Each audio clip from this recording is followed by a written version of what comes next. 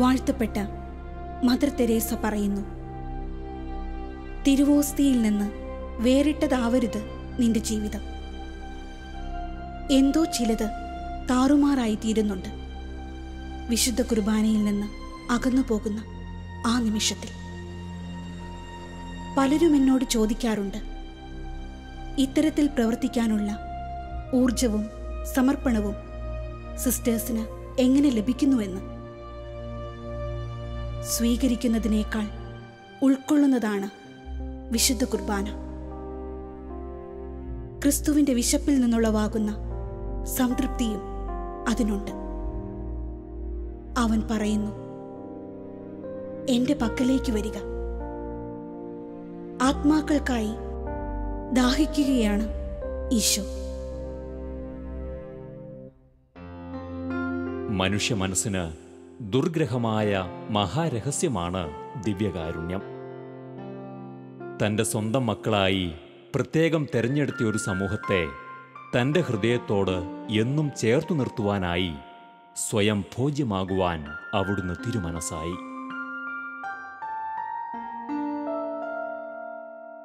സ്വന്തം ജീവൻ നൽകുന്നതിനേക്കാൾ വലിയ സ്നേഹമില്ല എന്ന് പഠിപ്പിച്ച ഈശോ തന്നെ ആ വലിയ സ്നേഹത്തിന് മാതൃകയായപ്പോൾ അന്ത്യം വരെയും ഈ ലോകത്തിനു മുഴുവൻ ജീവൻ പകർന്ന ദിവ്യകാരുണ്യ അപ്പമായി അവിടുന്ന് മാറുകയായിരുന്നു.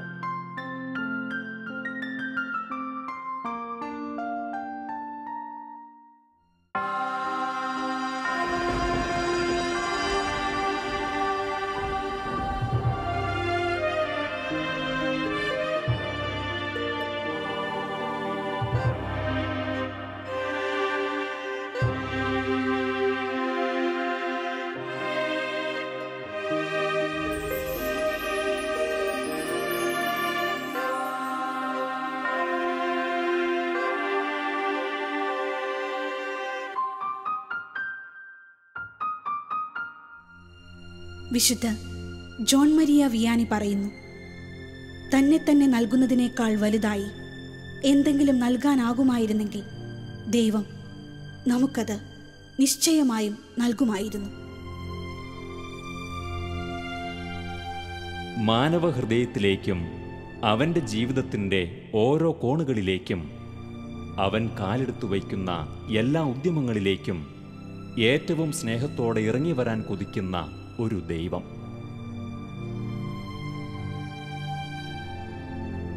തൻ്റെ പ്രിയ മക്കളോടൊപ്പം എന്നും വസിക്കുവാൻ ആഗ്രഹിക്കുന്ന ദൈവം. പരമപരിശുദ്ധനും അനന്തനന്മ സ്വരൂപനുമായ അവിടുത്തെ സാന്നിധ്യം ഒരു മനുഷ്യാത്മാവിനെ എത്തിക്കുന്നത് അളവില്ലാത്ത നേട്ടങ്ങളുടെ കൊടുമുടിയിലേക്കാണ്.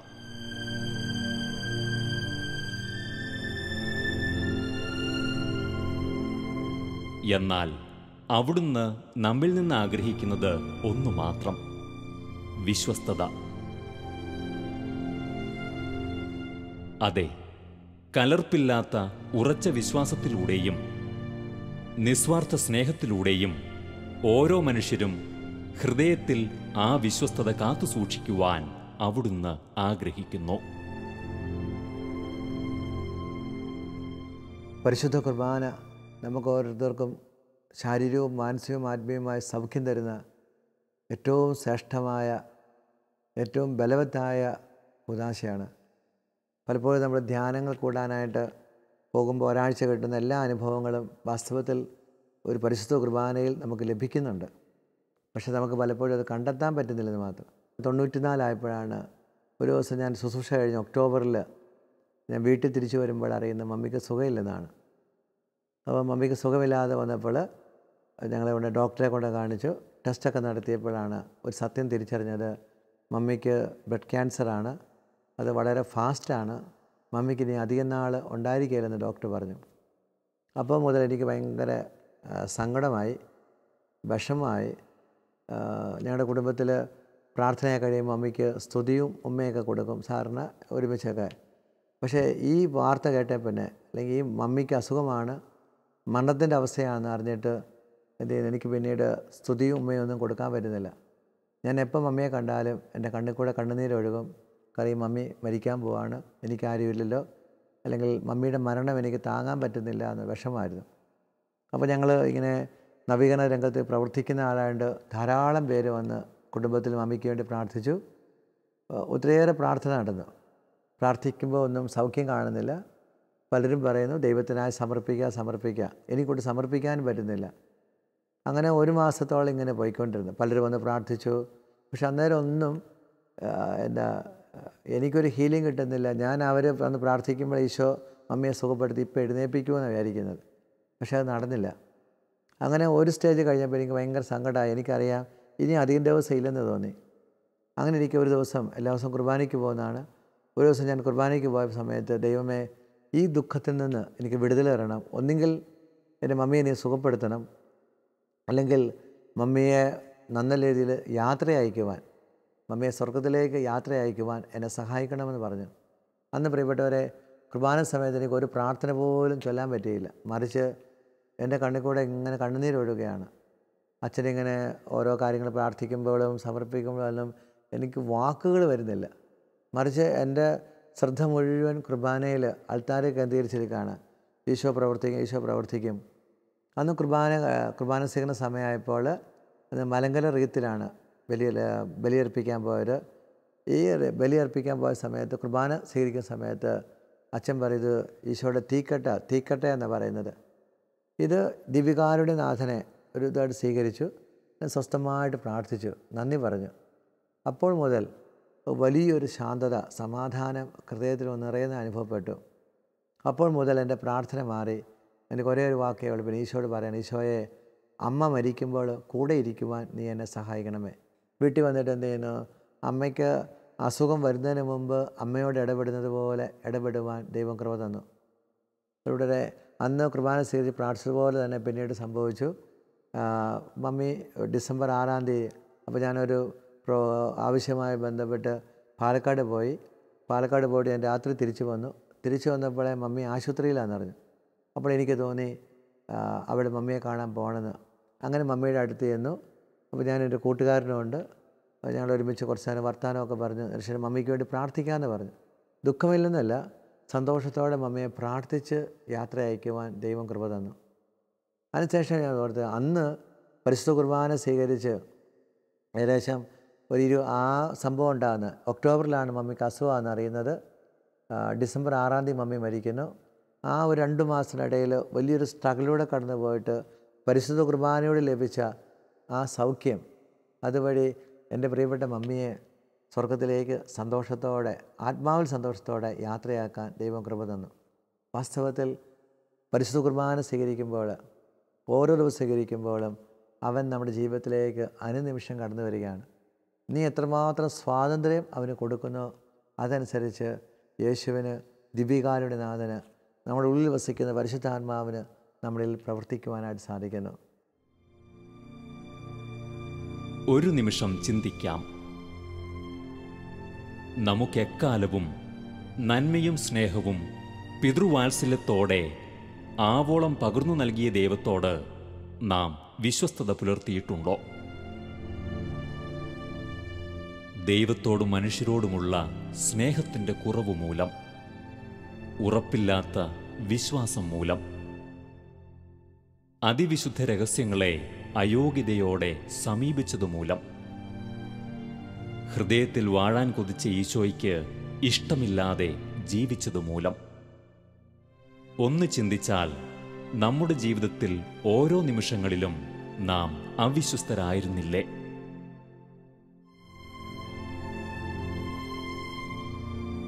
എന്നിട്ടും വീണ്ടും വീണ്ടും തിരികെ സ്വീകരിക്കാൻ മടി കാണിക്കാതിരുന്ന ആ സ്നേഹത്തെ ഇനിയുമെന്തേ നാം കാണാതെ പോകുന്നു?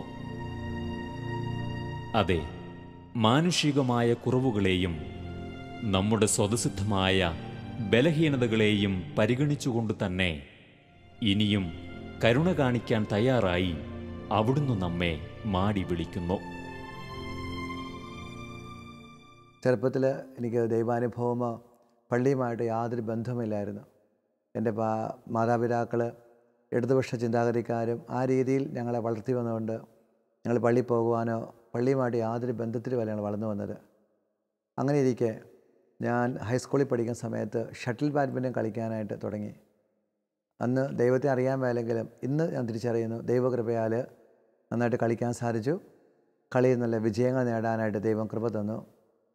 ആ സമയത്ത് ഞങ്ങളുടെ വ്യക്തിപരമായ ജീവിതത്തിൽ കുടുംബത്തിൽ കുറേ തകർച്ചകളൊക്കെ നേരിടേണ്ടി വന്നു.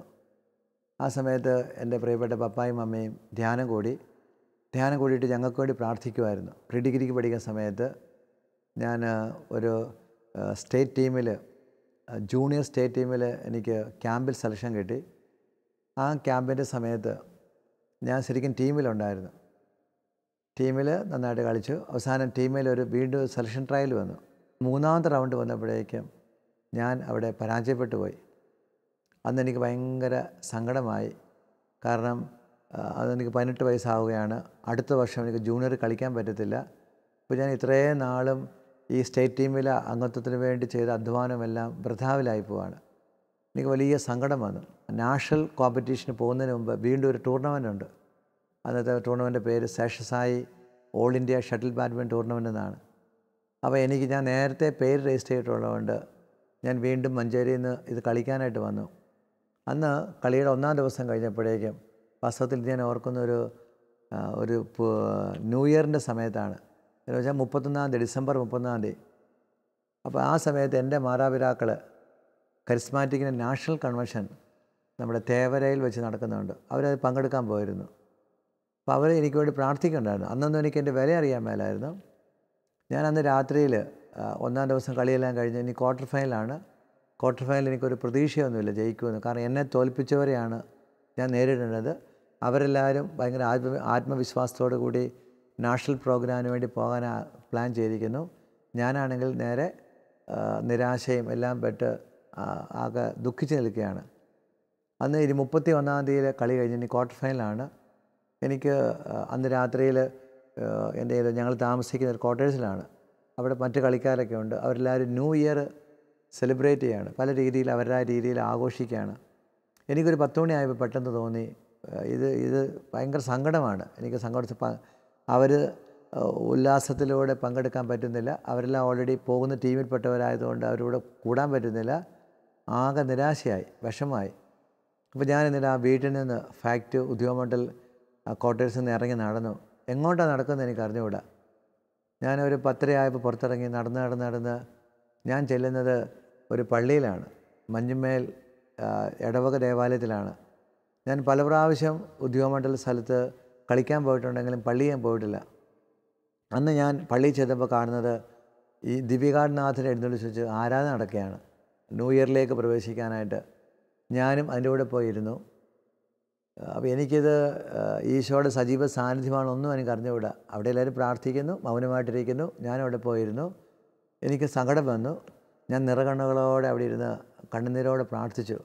അന്ന് എനിക്ക് ബൈബിൾ എന്നാണെന്നോ ദേവാലയത്തിൽ ചെന്ന് കഴിഞ്ഞാൽ എന്താ ചെയ്യേണ്ടതെന്നൊന്നും അറിഞ്ഞുകൂടാ. കാരണം ഞാൻ സൺഡേ സ്കൂളിൽ പോവുകയോ അങ്ങനെ ഒരു കാര്യവും എൻ്റെ ജീവിതത്തിൽ സംഭവിക്കാത്തത് കൊണ്ടാണ് അങ്ങനെ സംഭവിച്ചത്. ഞാൻ അവിടെ ഇരുന്ന് കുറേ നേരം പ്രാർത്ഥിച്ചു. അതിനുശേഷം 12 മണിയായപ്പോൾ ആരാധന ക്ലോസ് ചെയ്തു. അതിനുശേഷം കുർബാനയാണ്.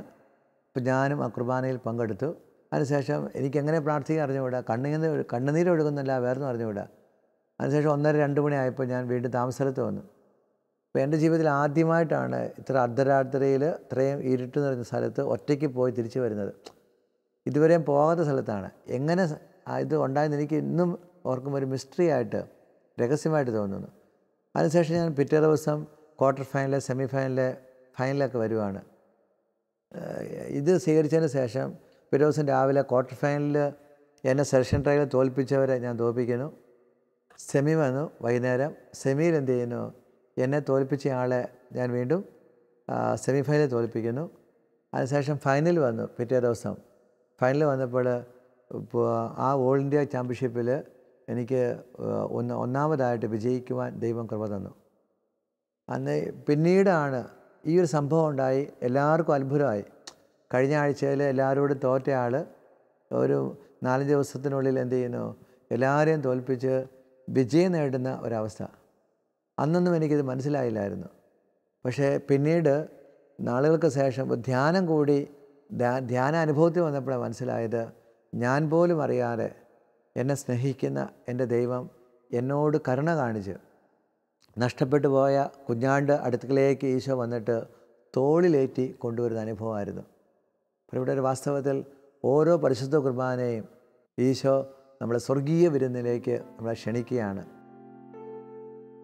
വിശുദ്ധ തോമസ് അക്വീനാസ് പറയുന്നു, വിശുദ്ധ കുർബാനയുടെ യഥാർത്ഥ ഫലം മനുഷ്യൻ ദൈവത്തിലേക്ക് പരിവർത്തനം ചെയ്യപ്പെടുക എന്നതാണ്. അതെ, യോഗ്യതയോടെ വിശുദ്ധ കുർബാനയെ ഉൾക്കൊള്ളുന്നവർ ദൈവമനുഷ്യരായി മാറുന്നു.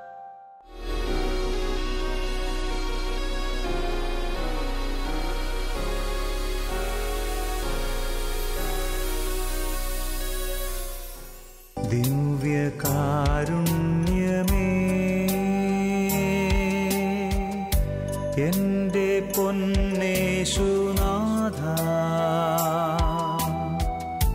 വന്നു വാണിടുമോ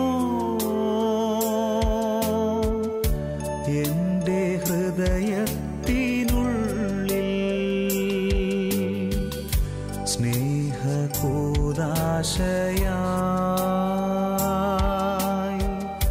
തീർന്നോരാ ദൈവസ്നേഹം ഇന്നു കാണുന്നു ഞാൻ ഈ തിരുവോസ്തിയിൽ.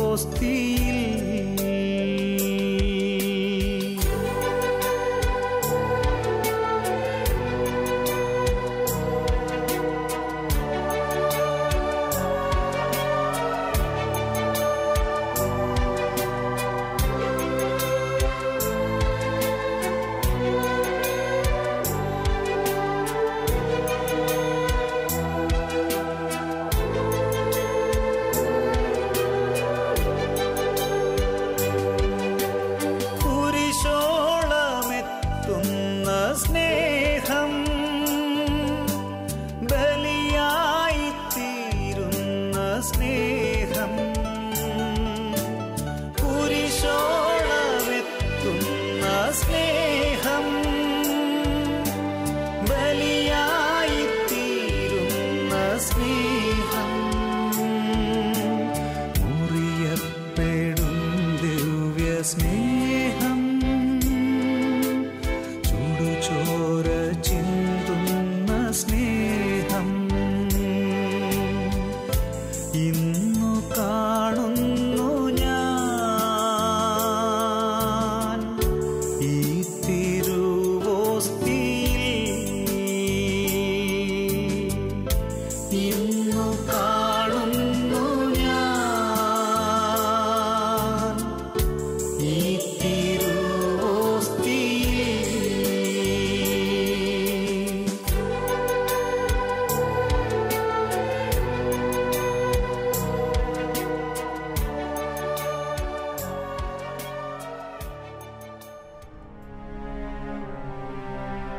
അന്ത്യത്താഴവേളയിൽ തൻ്റെ ശരീരം നമുക്ക് വിഭജിച്ചു നൽകി എന്നേക്കുമായുള്ള രക്ഷയുടെ സ്മാരകം സ്ഥാപിച്ച ഈശോ നമുക്ക് നൽകിയ വാഗ്ദാനം അമൂല്യമാണ്.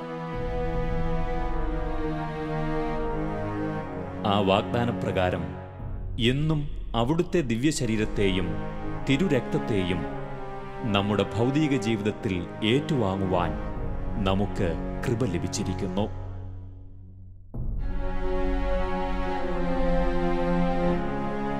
ദിവ്യകാരുണ്യത്തിലെ ക്രിസ്തുവിൻ്റെ സാന്നിധ്യം ഓരോ ക്രൈസ്തവനും മുൻധാരണകൾ കൂടാതെ ഹൃദയത്തിൽ വിശ്വസിക്കുന്ന ഉറപ്പേറിയ സത്യമാണ്.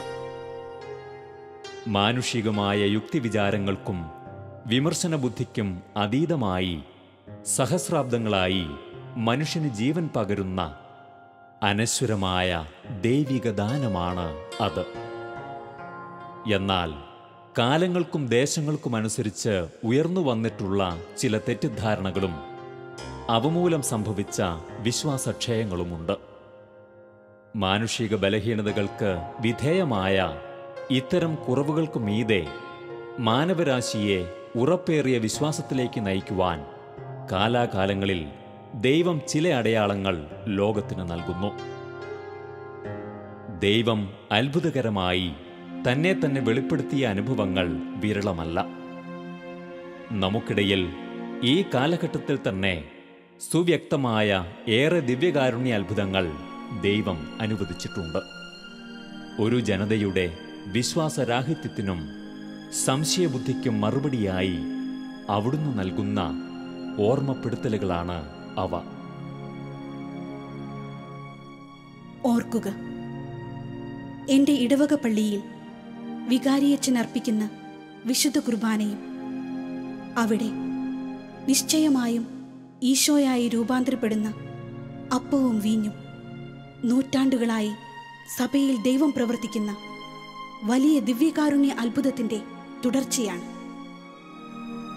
എൻ്റെ വിശ്വാസത്തിൻ്റെ കേന്ദ്രവും ജീവന്റെ ഉറവിടവും അതുതന്നെയാണ്.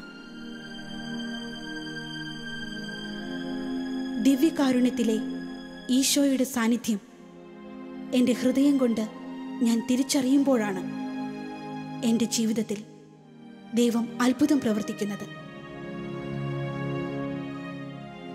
സഭയിലൂടെ അവിടുന്ന് ചെയ്യുന്ന ഈ വലിയ പ്രവൃത്തിയുടെ മാനദണ്ഡം വ്യക്തികളുടെ യോഗ്യതയോ ദിവ്യകാരുണ്യത്തിലെ ഈശോയുടെ സാന്നിധ്യത്തിൻ്റെ അടയാളം മാനുഷിക നേത്രങ്ങൾക്ക് മുന്നിൽ ദൃശ്യമായ അടയാളങ്ങളോ അല്ല. അയോഗ്യരായ നമ്മെ തൻ്റെ വിരുന്നിൽ പങ്കാളികളാക്കാൻ അനുവദിച്ച ദൈവത്തിൻ്റെ അനന്തകാരുണ്യത്തെ നമുക്ക് സ്തുതിക്കാം.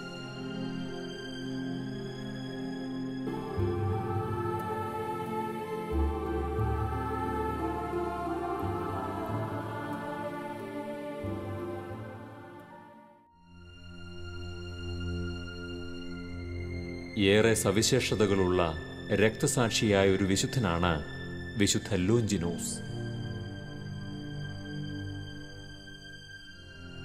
അദ്ദേഹത്തിൻ്റെ നാടായ ഇറ്റലിയിലെ ലെഞ്ചാനോയ്ക്കും പറയാനുള്ളത് തീക്ഷ്ണമായൊരു സാക്ഷ്യമാണ്.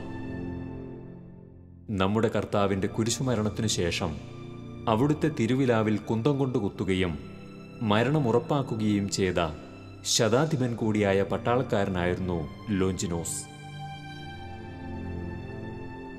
ഇവൻ സത്യമായും ദൈവപുത്രനായിരുന്നു എന്ന പ്രഖ്യാപനവും നടത്തി പിന്നീട് ജ്ഞാനസ്നാനം സ്വീകരിച്ച അദ്ദേഹം ശ്ലീഹന്മാർക്കൊപ്പം സുവിശേഷ പ്രഘോഷകനായി മാറി. പിന്നീട് രക്തസാക്ഷിയായി മരണം വരിച്ചു. വിശുദ്ധ ലോഞ്ചിനൂസിന്റെ നാമധേയത്തിൽ ലെഞ്ചാനോ പട്ടണത്തിന്റെ മധ്യത്തിൽ സ്ഥിതി ചെയ്യുന്ന പുരാതനമായൊരു ദേവാലയമുണ്ട്. ആ ദേവാലയം ഇന്നറിയപ്പെടുന്നത് ചരിത്രത്തിലെ ഏറ്റവും പ്രശസ്തമായൊരു ദിവ്യകാരുണ്യ അത്ഭുതത്തിന്റെ പേരിലാണ്. 8-ാം നൂറ്റാണ്ടിൻ്റെ മധ്യകാലഘട്ടത്തിൽ ഏറെ അസ്വസ്ഥതകൾ സൃഷ്ടിച്ചിരുന്ന പാഷണ്ഡതകൾക്കും അവിശ്വാസ പ്രവണതകൾക്കും വിശ്വാസ തർക്കങ്ങൾക്കും ശക്തമായ ഉത്തരമായി സ്വയം വെളിപ്പെടുത്തുവാൻ ദൈവം തിരുമനസായി. ആ കാലഘട്ടത്തിൽ വിശുദ്ധ കുർബാനയിലെ സത്താമാറ്റത്തെക്കുറിച്ച് പലരും തർക്കിച്ചിരുന്നു. ലെഞ്ചാനോയിലെ സെയിന്റ് ലോഞ്ചിനൂസ് ദേവാലയത്തിൽ അന്നൊരു ദിവസം ബലിയർപ്പിച്ച ബ്രസീലിയൻ സന്യാസ വൈദികനും ഈ കാര്യത്തിൽ സംശയമുണ്ടായിരുന്നു. ഇതെന്റെ ശരീരമാകുന്നു, ഇതെന്റെ രക്തമാകുന്നു എന്ന് ഉച്ചരിക്കുന്ന വേളയിൽ അപ്പത്തിലും വീഞ്ഞിലും സത്താമാറ്റം നടക്കുമോ എന്ന് അദ്ദേഹം സംശയിച്ചു. അദ്ദേഹം തിരുവോസ്തി ഉയർത്തി. ഉടൻ അത് മാംസമായി രൂപാന്തരപ്പെട്ടു. അമ്പരന്ന പുരോഹിതൻ ഉടനെ കാസയും എടുത്തുയർത്തി. തൻ്റെ കണ്ണുകൾ കള്ളം പറയുന്നതല്ലെന്ന് വിശ്വസിക്കാൻ അദ്ദേഹം നന്നേ പണിപ്പെട്ടു. കാസയിലെ വീഞ്ഞ് രക്തമായി മാറിയിരിക്കുന്നു. ദേവാലയത്തിൽ സന്നിഹിതരായിരുന്ന ജനവും പുരോഹിതനും ഒരേ സ്വരത്തിൽ നിലവിളിച്ചു കരഞ്ഞു. ഹൃദയം തുറന്നുള്ള അനുതാപത്തിൻ്റെ നിലവിളിയായിരുന്നു അത്. ആ സംഭവം ആ കാലഘട്ടത്തിലെ യൂറോപ്പിനെ ഇളക്കിമറിച്ചു. ആ അത്ഭുതത്തിന് സാക്ഷ്യം വഹിക്കാൻ ജനലക്ഷങ്ങൾ ലെഞ്ചാനോയിലേക്ക് ഒഴുകി. ദൈവിക പരിപാലനയിലും അവിടുത്തെ സാന്നിധ്യശക്തിയിലും സന്ദേഹം ജനിപ്പിക്കുകയും വികലമായ പഠനങ്ങൾ ലോകത്തിന് നൽകുകയും ചെയ്യുന്ന അനേകർക്കു മുന്നിൽ ഇന്നും ദൈവമുയർത്തുന്ന ഓർമ്മപ്പെടുത്തലാണ് ഈ അത്ഭുതം. 12 നൂറ്റാണ്ടിനിടെ പലതവണ ശാസ്ത്രീയമായ പരീക്ഷണ നിരീക്ഷണങ്ങളിലൂടെ കടന്നുപോയിട്ടും ഇന്നോളം ആർക്കും ഈ ദിവ്യാത്ഭുതത്തെ നിഷേധിക്കുവാൻ കഴിഞ്ഞിട്ടില്ല എന്നത് വിസ്മയകരമാണ്.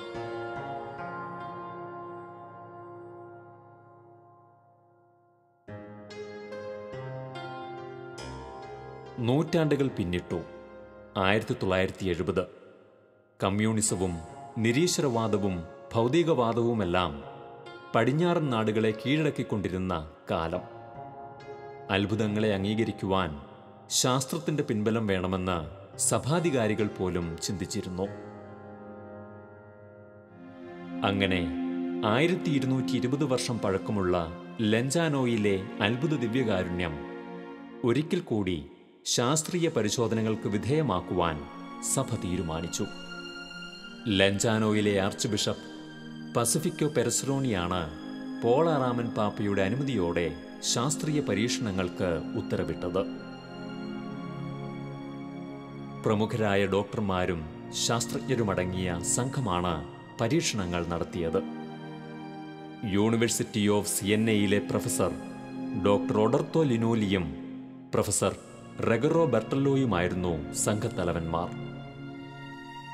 ഒരു അരുളിക്കയുടെ ഉള്ളിലായിരുന്നു മാംസമായി മാറിയ തിരുവോസ്തി.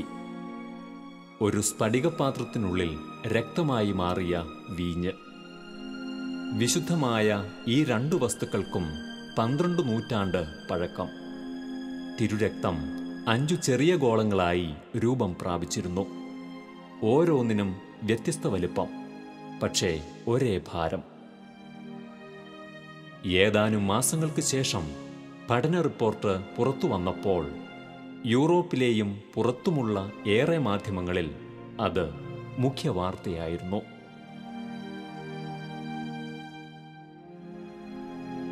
ലഞ്ചാനോയിലെ അത്ഭുത തിരുവോസ്തി മനുഷ്യന്റെ ഹൃദയപേശിയുടെ ഭാഗമാണ്. വീഞ്ഞ് ശുദ്ധ മനുഷ്യരക്തവും. ശാസ്ത്രലോകം മിണ്ടാട്ടമില്ലാതെ നിന്ന ദിവസങ്ങളായിരുന്നു തുടർന്നുണ്ടായിരുന്നത്. ഏറെ ചൂടുപിടിച്ച ചർച്ചകൾ അതേ തുടർന്ന് നടന്നെങ്കിലും പഠനത്തിൻ്റെ ആധികാരികതയെ ആരും സംശയിച്ചില്ല. കാരണം ശാസ്ത്രലോകത്തിന് അത്രയ്ക്ക് അഭിമതരായിരുന്നു ഡോക്ടർ ലിനോലിയും പ്രൊഫസർ ബെർട്ടല്ലിയും. അവർ സ്ഥിരീകരിച്ച വസ്തുതകൾ ഇപ്രകാരമായിരുന്നു. മനുഷ്യന്റെ ഹൃദയപേശിയിൽ നിന്ന് മുറിപ്പാടുകൾ ദൃശ്യമല്ലാത്ത വിധം മുറിച്ചെടുത്തതുപോലുള്ള ഭാഗമാണ് മാംസമായി മാറിയ തിരുവോസ്തി.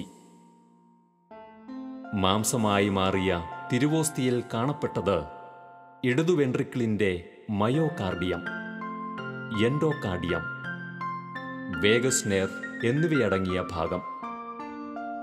രക്തമായി മാറിയ വീഞ്ഞിന് 12 നൂറ്റാണ്ടിലേറെ പഴക്കമുണ്ടെങ്കിലും പുതുമയുള്ള രക്തത്തിന്റെ ഘടനയോട് കൂടിയതാണ്. രക്തഗ്രൂപ്പ് AB പോസിറ്റീവ്. രക്തത്തിന്റെ രാസജൈവ സ്വഭാവങ്ങൾക്ക് 12 നൂറ്റാണ്ടുകൾ കഴിഞ്ഞിട്ടും മാറ്റമൊന്നുമില്ല. രക്തത്തിലും മാംസത്തിലും യാതൊരു രാസവസ്തുക്കളുടെയും സാന്നിധ്യമില്ല.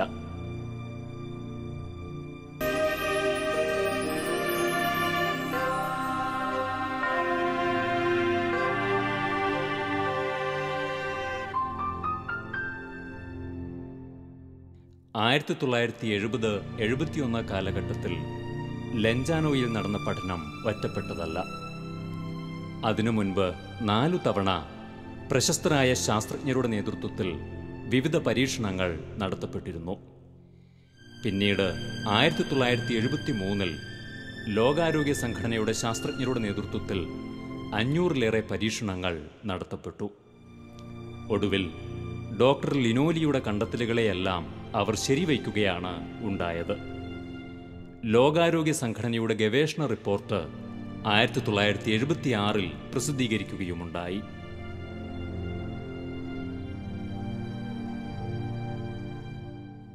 നൂറ്റാണ്ടുകൾക്കിടെ ലോകമെമ്പാടുമായി ഈശോ സ്വയം വെളിപ്പെടുത്തിയ ഏറെ അനുഭവങ്ങളുടെ ഒരു ഉദാഹരണം മാത്രമാണ് ഇത്. ദിവ്യകാരുണ്യത്തിലെ അവിടുത്തെ സാന്നിധ്യത്തെ അത്ഭുതകരമാം വിധം ശരിവയ്ക്കുന്നവയാണ് ഈ അനുഭവങ്ങൾ. ചില കാലഘട്ടങ്ങളിൽ, ചില ദേശങ്ങളിൽ, ചില സമൂഹങ്ങളിൽ ദിവ്യകാരുണ്യനാഥൻ ചോദ്യം ചെയ്യപ്പെടുമ്പോൾ, ദൈവത്തിൻ്റെ അനന്തകാരുണ്യം സംശയിക്കപ്പെടുമ്പോൾ, ഒരു ഓർമ്മപ്പെടുത്തലായി അവിടെ ചില അടയാളങ്ങൾ പ്രത്യക്ഷപ്പെട്ടേക്കാം. അത് ദൈവത്തിന് നമ്മോടുള്ള അവസാനിക്കാത്ത കരുണയുടെ സൂചനയാണ്. അടയാളങ്ങൾക്കായി കാത്തിരിക്കുന്നത് നമ്മുടെ അവിശ്വസ്തത മൂലമാണെന്നറിഞ്ഞിട്ടും നമുക്കായി കാത്തിരിക്കുന്ന അവിടുത്തെ പിതൃവാത്സല്യത്തിൻ്റെ പ്രതിഫലനമാണ്. ഇറ്റലിയിലെ ലെഞ്ചാനോയിൽ ഈശോ നടത്തിയ ഇടപെടലുകളും അതുമൂലം യൂറോപ്പിൽ ദൃശ്യമായ വലിയ മാനസാന്തര അനുഭവങ്ങളും നമുക്കും ഒരു മുന്നറിയിപ്പാണ്. ഈ ആധുനിക യുഗത്തിൽ അപൂർണമായ വിശ്വാസവും ദുർബലമായ വിശ്വാസ ജീവിതവും കൊണ്ട് അനുനിമിഷം അവിശ്വസ്തരായി മാറുന്ന നമ്മോടുള്ള ദൈവത്തിൻ്റെ ഓർമ്മപ്പെടുത്തലാണ്. ദിവ്യകാരുണ്യമേ,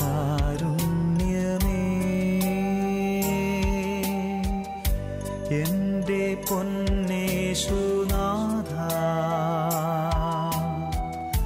വന്നു വാണിടുമോ